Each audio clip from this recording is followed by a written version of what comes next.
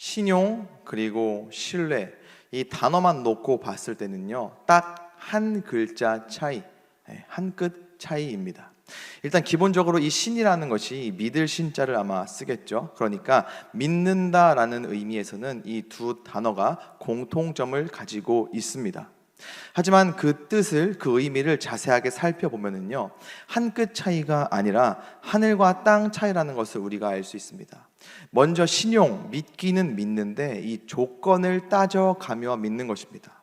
우리가 일상 가운데에서 쉽게 접할 수 있는 신용은 아무래도 신용카드, 크레딧 카드가 아닐까 싶습니다.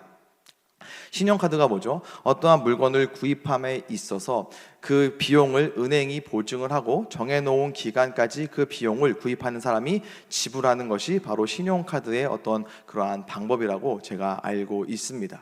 여기서의 조건은 정해진 기간까지 물건을 구매하는 사람이 그 가격을 지불한다는 것이고, 조건을 따진다라고 하는 것은 정해놓은 기간까지 그 물건의 값을 치르지 않으면 그 계약은, 그 거래는 무효화되거나 어떠한 불이익을 받을 수 있음을 내포하고 있고 또 전제로 깔고 있는 것입니다. 반대로 신뢰는요, 심플합니다. 믿는데요, 그냥 믿어주는 것입니다. 조건을 따지지 않고 믿어주는 거예요. 쉽게 말해서 묻지도 않고 따지지도 않고 그냥 믿어주는 것입니다. 신용과 신뢰, 이 두 가지를 동일 선상에 놓고요, 한번 비교해 보겠습니다. 여러분, 신용과 신뢰 중에요, 어떤 게 더 우위에 있을까요? 조금 더 쉽게 표현해 보자면요, 우리가 이 두 가지를 다 하고 있는데 신용하는 게 어려울까요? 신뢰하는 게 어려울까요? 당연히 신뢰하는 게 조금 더 어려울 것 같습니다. 우리는 아무나 조건 없이 믿어줄 수 있는 사람들이 아니기 때문이에요. 특별한 관계 가운데 있거나 오랜 시간 지켜와 봐오면서 믿음이, 말 그대로 신뢰가 쌓여야지만 이 사람을 믿을 수 있기 때문입니다. 가령 이제 순모임을 한다고 가정해 보겠습니다. 이 오후 예배가 끝나고 나서 우리 청년들은 순모임을 갖죠. 이따금씩 그 순모임에서 카페에 가서 순모임을 갖기도 합니다. 카페에 가면 자연스럽게 음료를 시키게 되죠. 보통 요즘 청년들은 본인의 커피값은 본인이 계산한다, 더치페이라는 이 아름다운 문화가 우리 가운데 이렇게 정착되어 있습니다. 10명의 순원들이 모여서 카페에서 값을 지불합니다. 더치페이 한다고 해서 카드 11개를 꺼내가지고 11번 내내 긁는 이 수고를 하지 않기 위해서 보통은 이 순장님들이 대표로 긁고 나머지 순원들이 이렇게 정해진 자신의 커피값을 순장님에게 보내는 아름다운 문화가 우리 가운데 있죠. 이때 순장님들이 대표로 긁으면서 순원들에게 계약서를 하나하나 써가지고 주면서 을은 갑이 원하는 기간까지 커피값 4,500원을 지급한다. 이것을 불이행 시 하루당 200%의 이자를 붓는 데에 순원은 동의한다. 이러한 식의 계약서를 쓰지 않습니다. 그냥 보내줘, 언제 보내줘, 시한 날 때, 기억날 때 보내줘 라고 이렇게 신뢰관계 안에서 이렇게 이 이야기를 이렇게 마무리하죠. 그렇다고 해서 그 순모임 때 아무리 신뢰관계가 쌓였다고 해서 금전거래를 해도 된다, 이런 의미는 아닙니다. 순모임은 삶과 말씀과 은혜를 나누는 모임이지 절대로 금전거래 하시면 안 됩니다. 신용과 신뢰, 우리 모두는요, 이 일상을 살아가면서 이 두 가지를 다 합니다.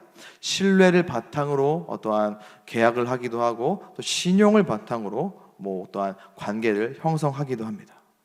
여러분들에게 묻겠습니다. 그렇다면 여러분들은 지금 이 시간 여러분이 예배하는 하나님을 신뢰하십니까? 아니면 신용하십니까? 여러분에게 하나님 아버지는 신용의 대상이십니까? 아니면 신뢰의 대상이십니까?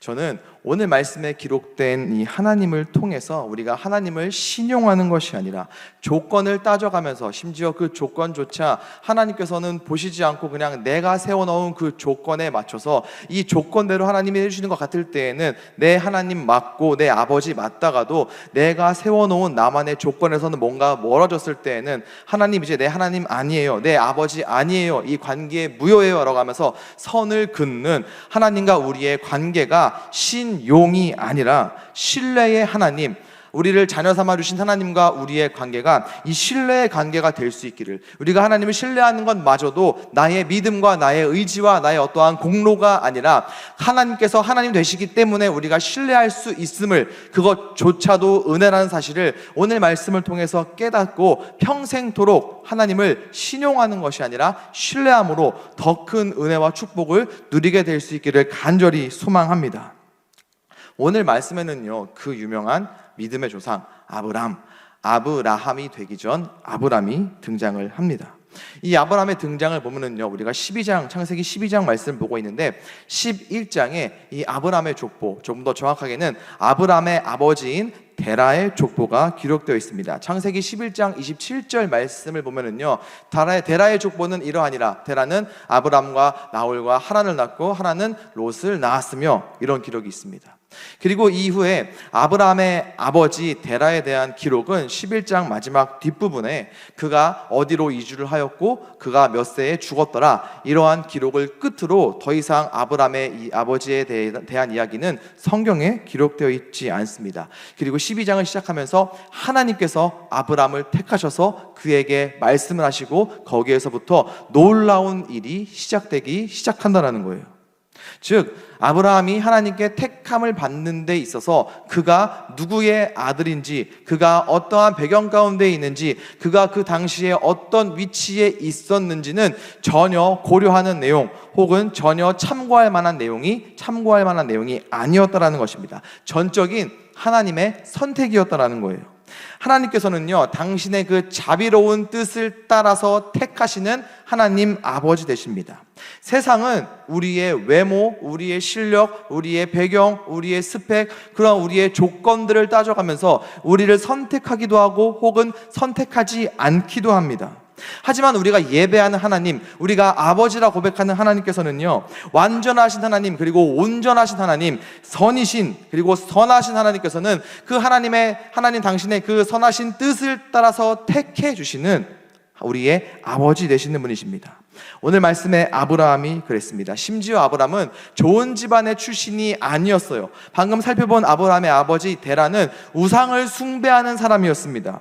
하지만 하나님께서는 그가 어디 출신인지, 그가 누구의 아들인지 그것을 따져가면서, 그러한 조건을 따져가면서 아브라함을 선택한 것이 아니라, 왜 아브라함을 선택했냐고 물어본다면 그저 사랑해서 그에게 먼저 찾아가셨고 그를 택하여 주셨고 그에게 말씀하셨고 거기에서부터 놀라운 일이 시작되었다는 것입니다. 동일하게요, 오늘 하나님을 예배하는 저와 여러분도 하나님의 이러한 택하심을 받은 사람들입니다. 그래서 우리가 오늘 이 자리에 앉아서 하나님을 찬양하고 하나님을 아버지라 부르며 예수 그리스도의 이름으로 기도하고 또 말씀을 듣고 결론적으로 하나님을 예배할 수 있다는 거예요. 이 택하심, 자비로우시고 선하신 뜻을 따라 하나님께서 택하여 주셨다는, 내가 택함받은 하나님의 백성이요 하나님의 아들이고 하나님의 딸이라는 이 택하심, 이 하나만으로도 우리는 소망을 가질 수 있습니다. 우리는 기대할 수 있어요. 나의 삶 가운데에서 놀랍게 일하실 하나님, 그 어떠한 배경도 따지지 아니하시고 그저 사랑하셔서 아브라함을 택하신 다음에 그에게 말씀하셔가지고 어마어마한 복을 약속해 주시고 놀라운 일을 행하셨던 그 하나님께서 저와 여러분을 택해 주셨기 때문에 나의 인생 가운데에서도 하나님께서도 놀라운 일을 반드시 행하실 것이다. 비록 지금은 보잘것 없어 보인다 할지라도 하나님께서 그러한 내 인생을 그냥 내버려 두는 것이 아니라 반드시 하나님께서 그 능력의 손으로 나의 인생을 붙잡고 이끌어 주시고 인도해 주실 것이라는 이러한 확신과 기대를 우리는 이 택함 받았다라는 사실만으로 가질 수 있고 기대할 수 있고 소망할 수 있다라는 거예요. 우리는 그 하나님을 신뢰하면 됩니다. 기도로 그 하나님의 일하심을 기대하면 되는 거예요. 그러한 인생을 살아가는 주의 청년들 될 수 있기를 소망합니다. 하나님께서 아브라함을 택하여 부르셨습니다. 그리고 말씀하셨는데요, 자, 우리 1절 말씀 같이 한번 읽어보도록 하겠습니다. 시작.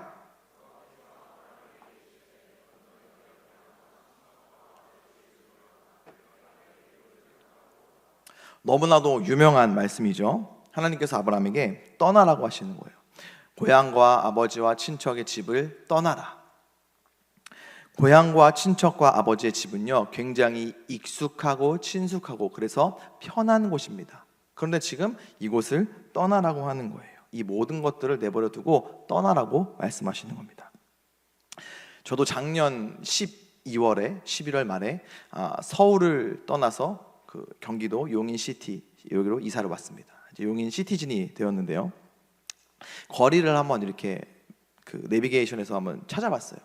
제가 살던 곳에서 지금 살고 있는 곳까지 거리로 44km가 딱 뜨더라고요.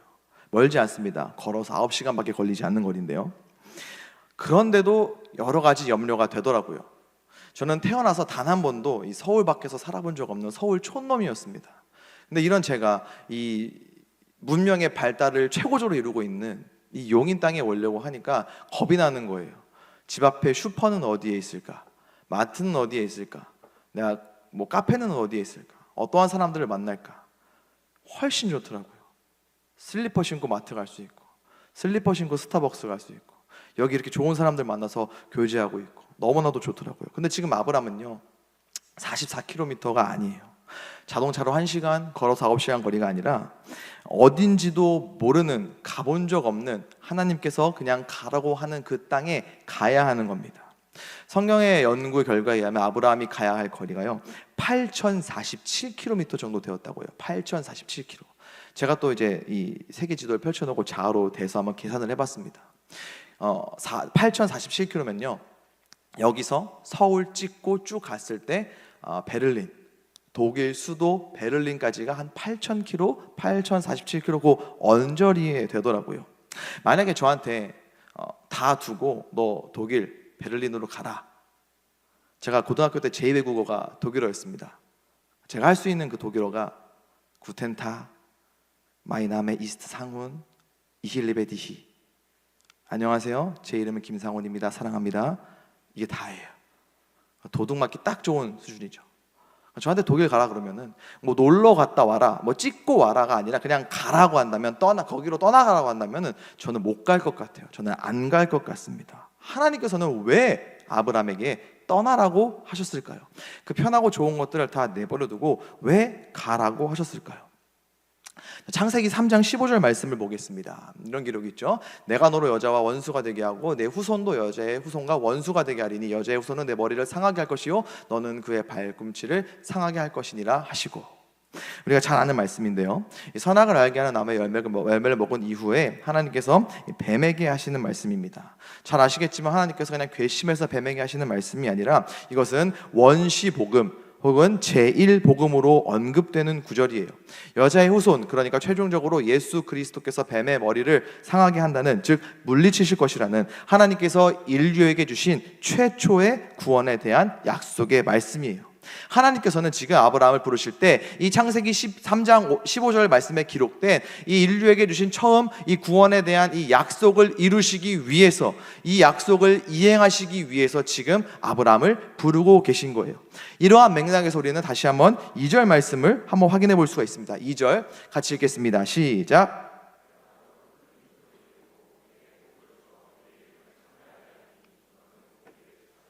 네, 우리는 이 말씀을 통해서요 그냥 새끼손가락 고리 걸고 꼭꼭 약속해라는 그 약속이 아니라 조금 더 엄중하고 진중한 의미에서의 언약이라고 하는 단어에 대해서 한번 이야기를 해보고 생각해 볼 필요가 있습니다.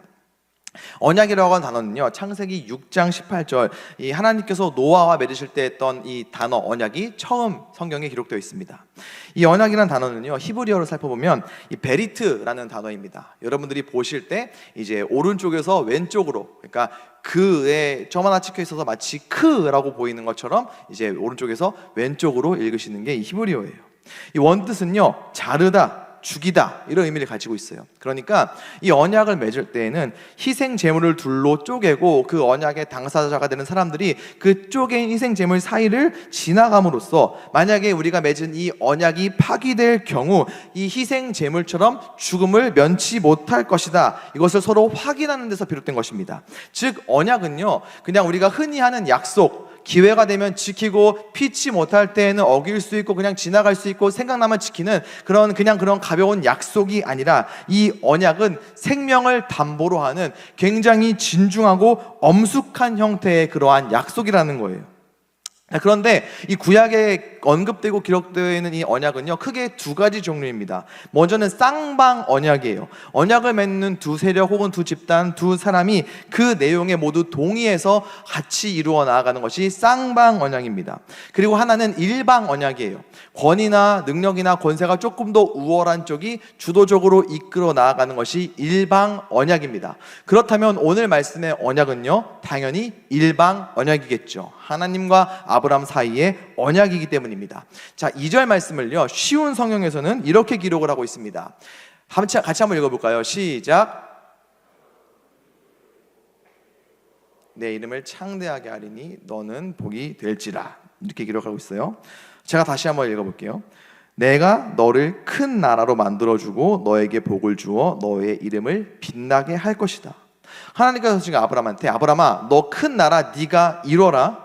네가 복을 쥐어 짜내든 어디에서 발견해내든 어디에서 쟁취해내든 네가 복을 가져라. 너가 너의 이름을 빛내게 하기 위해서 애써라. 이렇게 명령하시지 않았어요. 너는 복이 될지라, 이것도 너는 정말 많이 복을 받을 거야. 그리고 그것뿐만이 아니라 너는 다른 사람들에게도 복을 주는 그러한 복된 존재가 될 거야 라고 확신에 차서 이렇게 명령형으로 말씀하신 거예요. 하나님께서 주도하시는, 하나님께서 이끄시는 언약이라고 하는 겁니다. 3절 말씀도 그런 의미에서 우리가 볼 수 있어요. 3절 말씀도 같이 읽어보겠습니다. 시작.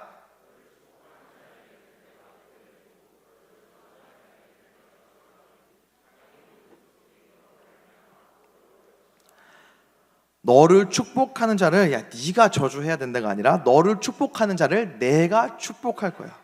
너를 저주하는 자를 네가 따라가가지고 끝까지 복수해가 아니라 너를 저주하는 자를 내가 저주하신다고. 이 언약 어디에도요, 하나님께서 아브라함이 해야 할 목, 아브라함이 이행해야 할 그 무엇, 아브라함이 따라야 할 어떠한 조건을 하나도 달고 있지 않고 있어요. 그러한 조건은 어디에도 존재하지 않습니다. 여러분, 하나님은요 그런 분이세요. 자녀 삼아주신 우리와 계약서를 쓰고 얄팍한 계약 관계를 맺는, 우리와 주고받는 거래를 하시는 그런 계약의 하나님이 아니십니다. 오늘 말씀에 아브라함에게도 그랬어요. 너 고향 친척 아버지의 집을 떠나지 않으면 내가 이 복 안 준다, 이렇게 말씀하시지 않으셨어요. 내가 너를 큰 나라로 만들어 줄 거야. 내가 너를 큰 민족으로 만들어 줄 거야. 내가 너의 이름을 빛나게 해줄 거야. 너를 축복하는 사람을 내가 축복해 줄 것이고 너를 저주하는 사람을 내가 저주할 거야. 너는 엄청 복을 많이 받는 존재가 될 거야. 심지어 너가 다른 사람에게 복을 주게 될 거야. 너로 말미암아 온 땅에 있는 모든 사람들이 복을 받게 될 거야. 내가 너를 그런 존재로 만들어 줄 거야. 내가 꼭 너를 그런 자리에 있게 할 거야. 내가 할 거야 라고 하나님께서는 지금 아브라함에게 당신이 시작하시고 이행하시고 완성하시는 그 언약을 말씀해 주고 계신 거예요. 우리 하나님은 그런 분이십니다. 당신이 택한 백성과 언약을 맺으신 하나님, 어떠한 조건이 바탕이 돼가지고 맺는 계약이 아니라 선하신 뜻에 의해서 우리를 택하여 주시고, 그 바탕이나 그 배경이 무엇이냐 묻는다면 그저 사랑해서, 우리를 너무나도 사랑해서 언약을 맺으시는 하나님 아버지시라는 거예요. 그런데 우리는 그런 하나님을 계약의 대상으로, 신용의 대상으로, 내가 세워놓은 조건을 하나님 앞에 들이밀면서 그런 하나님과 우리와의 관계를 신용의 관계로 떨어뜨립니다. 하나님, 제가 매주일 예배 참석해 드릴게요. 저에게 합격 주세요. 입사 주세요. 연봉 상승 주세요. 하나님, 제가 매일 성경 읽어서 1년 1독 해 드릴게요. 그러니까 하나님도 1년 365일 내내 저 축복해 주세요. 제가 해달라는 대로 1년 365일 내내 해주세요. 기브 앤 테이크 합시다 하나님, 이러면서 하나님의 의사는 묻지도 않은 채 어줍지 않은 계약서를 하나님 앞에 들이밀죠. 그러다가 계약대로 안 되면, 조금 더 정확하게는 내가 원하는 대로 안 되면, 계약이라고 하는 것이 쌍방의 동의가 있어야 되는데 하나님의 의사는 단 한 번도 물어본 적 없으면서 하나님 앞에 삐지게 됩니다. 하나님 안 해주셨잖아요. 저 이제 교회 안 갈 거예요. 하나님, 제가 해달라는 대로 안 해주셨잖아요. 그러니까 저도 이제 성경 안 읽을 거예요. 이 관계가 파괴된 데에는 전적으로 하나님의 책임입니다. 이게 모든 게 무효화된 데에는요, 하나님께서 실수하셨기 때문에, 하나님께서 이 조건을 지키지 않았기 때문에 하나님께서 파기하신 거예요. 그러니까 저한테는 책임이 없어요. 저 이제 교회 안 갈 거예요. 기도 안 할 거예요. 성경 말씀 안 읽을 거예요.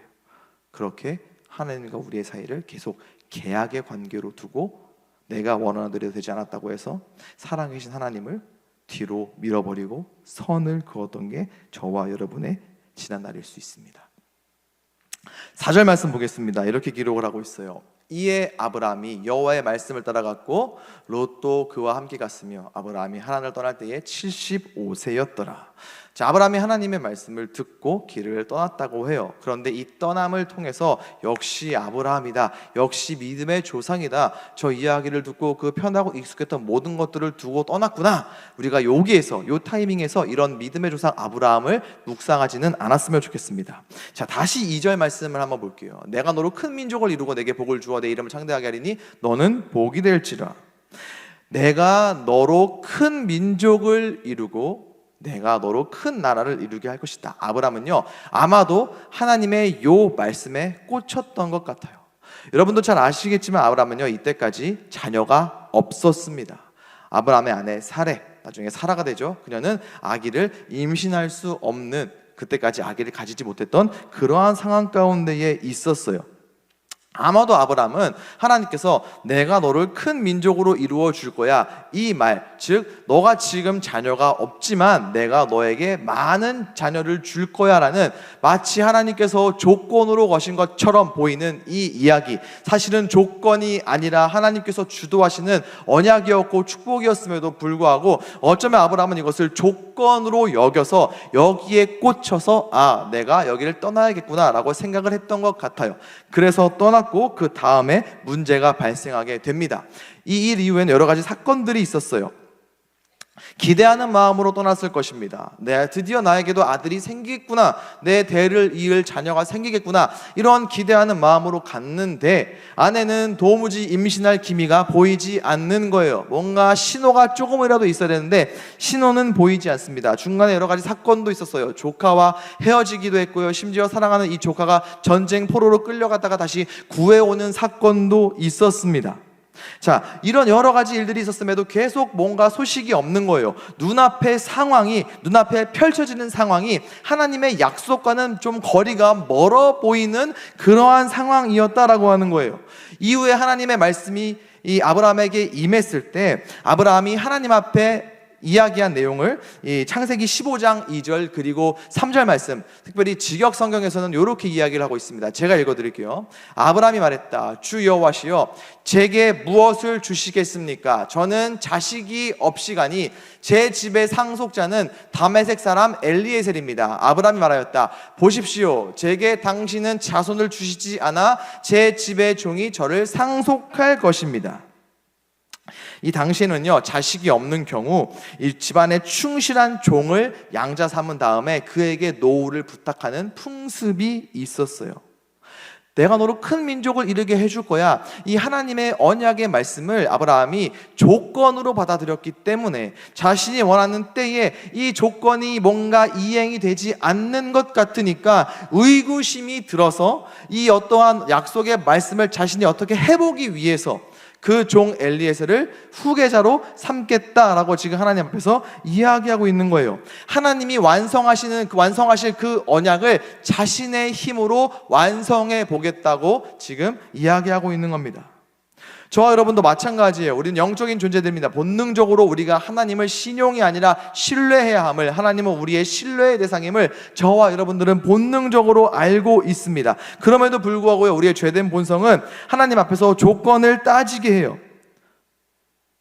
하나님 앞에서 이것저것 조건을 따지게 합니다. 그래서 하나님을 신뢰하지 못하게 만들기 때문에 하나님의 때가 제일 좋은 때임에도 불구하고 그 때를 기다리지 못해요. 내가 해보겠다고 나서게 됩니다. 하나님이 주시는 것이 제일 좋은 것인데 내가 손에 쥐고 있는 게 최고라고 생각해서 이걸 안 내려놓고 포기하지 못하고 있으니까 하나님의 때를 기다리지 못하는 거예요. 하나님이 주시는 것을 못 붙잡는 겁니다. 하나님을 거부하는 거예요. 말씀의 아브라함과 우리의 모습이 크게 다르지 않더라는 겁니다. 근데 너무나도 감사한 것은요, 그런 아브라함, 또 동일하게 그런 저와 여러분의 아버지 되시는 하나님은 신실하신 분이십니다. 우리가 신뢰하지 못하고 신용함에도 끝까지 당신이 이행하고 이루어 나가고 완성시킬 그 언약을 어떻게 해서든지 이루시고 지키시는 분이 우리가 예배하는 하나님 아버지 되십니다. 다시 창세기 15장 4절 그리고 5절 말씀 직역 성경에서 이렇게 기록을 하고 있어요. 한번 괜찮으시면 다 같이 읽어보겠습니다. 시작.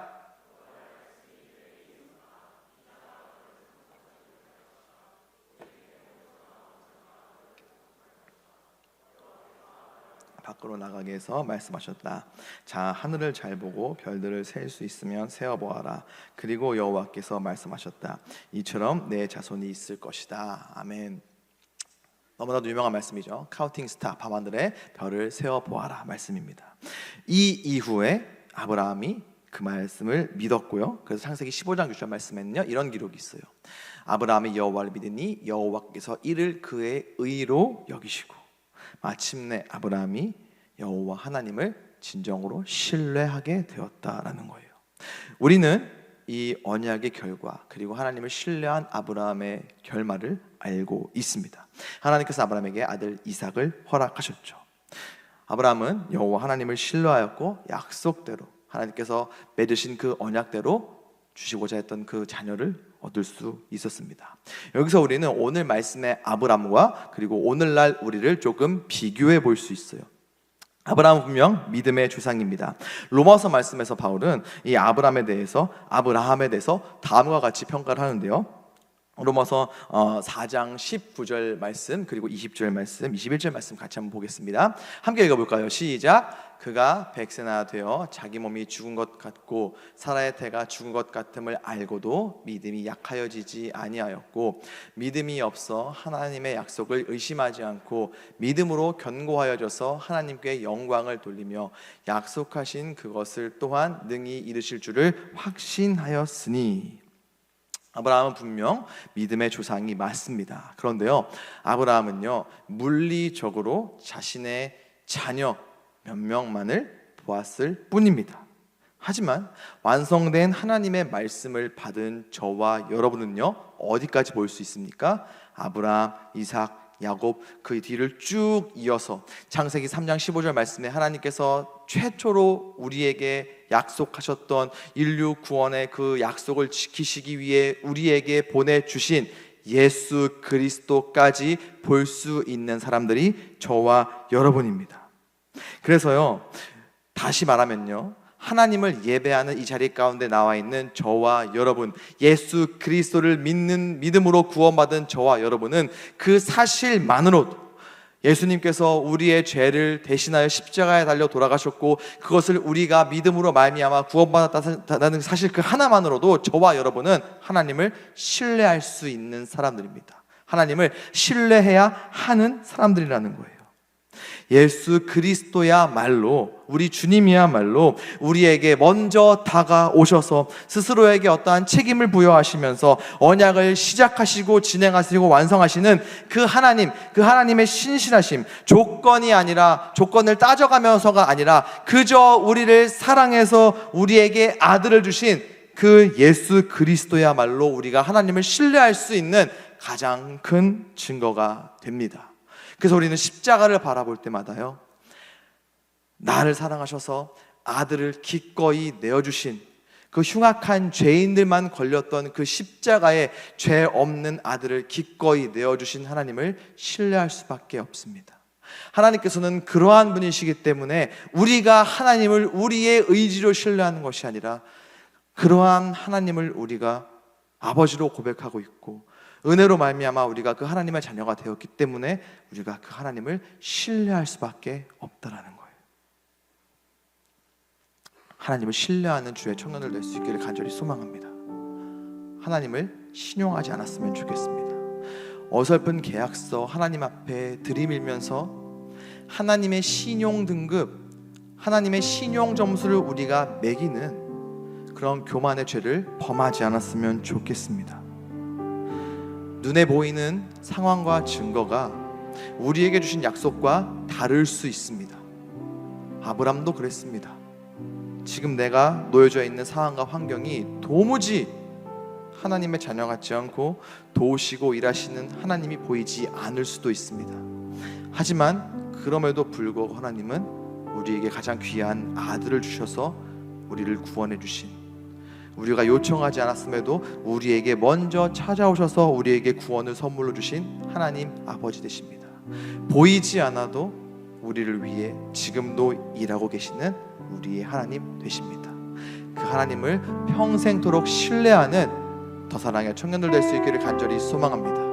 우리가 그 하나님을 온전히 신뢰할 때 우리가 신뢰하는 것보다 더 크고 놀라운 축복을 우리 삶 가운데 반드시 허락하실 줄로 믿습니다. 우리가 신뢰하는 만큼 하나님께서 우리 삶 가운데에 그 능력의 손으로 우리를 붙잡아 주시고 우리 삶 가운데에 놀라운 새 일들을 반드시 행하실 줄로 믿습니다. 하나님을 신뢰하는 인생, 하나님을 신뢰함으로 말미암아 복받는 인생, 하나님을 신뢰하는 것으로 크게 쓰임받는 인생, 저와 여러분의 삶이 될 수 있기를 우리 주 예수 그리스도의 이름으로 간절히 축원합니다. 우리 시간 함께 찬양했으면 좋겠습니다. 나의 가는 길, 잘 아시는 찬양이고 또 오래된 찬양이죠. 이 찬양의 가사가 이렇게 고백을 합니다. 그는 보이지 않아도 날 위해 일하시네. 여러분, 우리는 눈에 보이는 것들은 신용할 수 있습니다.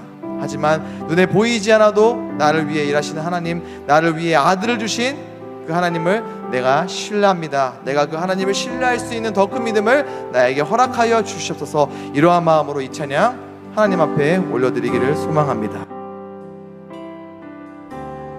나의 가는 길 주님 인도하시네. 그는 보이지 않아도 날 위해 일하시네. 주 나의 인도자 항상 함께 하시네. 사랑과 힘 베푸시며 인도하시네. 인도하시네. 다시 한번 처음부터 고백하겠습니다. 나의 가는 길, 나의 가는 길 주님 인도하시네. 눈에 보이지 않아도 지금 이 순간에도 날 보이지 않아도 날 위해 일하시네. 주 나의 인도자 항상 함께 하시네. 사랑과 힘 베푸시며 인도하시네. 인도하시네. 그분은 광야의 길을 만드시고 날 인도해. 사막에 강 막으신 것 보라.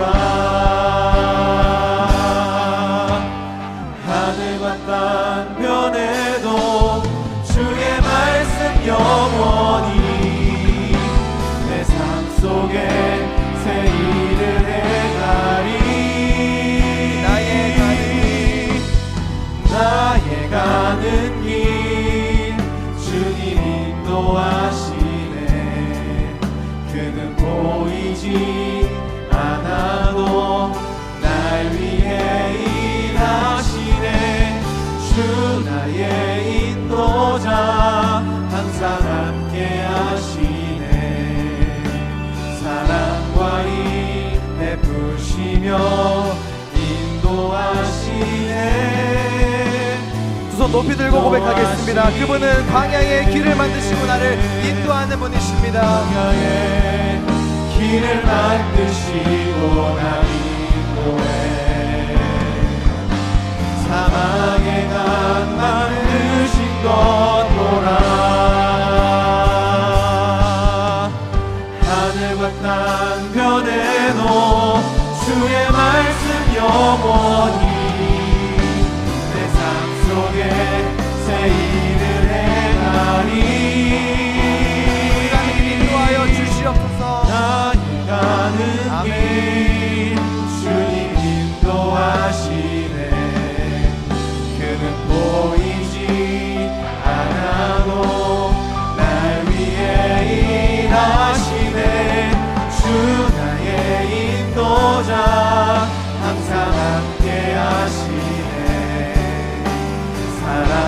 인자인 베푸시며 인도하시네. 이 시간 함께 기도했으면 좋겠습니다. 우리 주님께서는요, 눈에 보이지 않아도, 심지어 우리가 하나님 앞에 등 돌리고 있을 때마저도 우리를 위해 일하시는 사랑의 하나님 아버지 되십니다. 주님, 나로 하여금 하나님을 신뢰할 수 있는 더 큰 믿음을 우리 가운데 나에게 허락하여 주시옵소서. 의심될 때마다, 회의감이 들 때마다 나를 위해 아들을 주신 하나님, 나를 위해 십자가에 달려 돌아가신 그 예수 그리스도를 묵상하고 바라봄으로 말미암아 날마다 하나님을 신뢰하는 인생, 하나님을 신뢰함으로 말미암아 나의 삶 가운데 일하시는 그 하나님을 경험하는, 하나님 앞에 쓰임받는 복된 인생 될 수 있도록 주님 은혜 위에 은혜를 더하여 주시옵소서. 간절하게 주님 이름 간절하게 부르면서 함께 이 시간 기도하시겠습니다. 주여